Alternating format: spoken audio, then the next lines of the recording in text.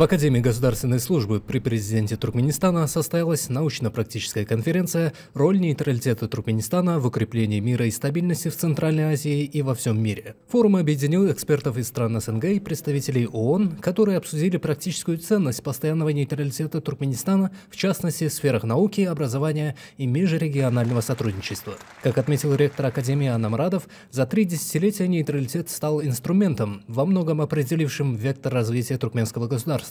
Нейтралитет – это прочный мост для диалога, особенно в условиях глобализации. Он позволяет Туркменистану оставаться многообещающей нейтральной площадкой для конструктивного обмена миролюбивыми инициативами, знаниями и технологиями. Her yılın 12. kavar yurdumuzda halkara bir taraflık günü toy davara bilen uludan bellenilýär. Bu bizim halkymız, döwletimiz üçin bir taraflygyň bahasına yetip bolmajak mukaddes gymmatlygyny görkezýär.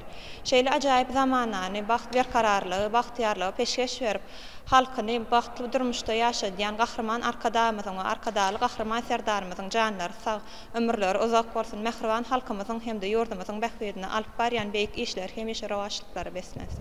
Участники акцентировали внимание на том, что туркменский нейтралитет – это весомый вклад в региональную безопасность и достижение целей устойчивого развития. Так, особое внимание было уделено инициативам президента Сердара Бердмухамедова, озвученным на 80-й сессии Генеральной Ассамблеи ООН. В условиях растущих вызовов и угроз Туркменистан продолжает продвигать идеи мира и доверия через практические механизмы, от межгосударственных научных программ до совместных образовательных платформ.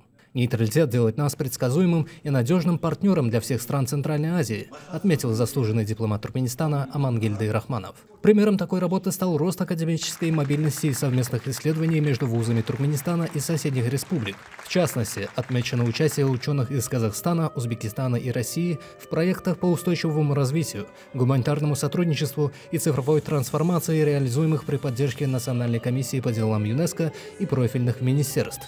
Конференция стала очередным подтверждением того, что нейтралитет – это устойчивая основа для многосторонних инициатив. В декабре в Ашхабаде состоится крупный международный форум, посвященный 30-летию постоянного нейтралитета Туркменистана, в рамках которого планируется расширение программы академического сотрудничества и запуск новых региональных исследовательских центров. Таким образом, нейтралитет Туркменистана, будучи не просто дипломатическим принципом, продолжает активно способствовать наращиванию научного и образовательного потенциала всей Центральной Азии.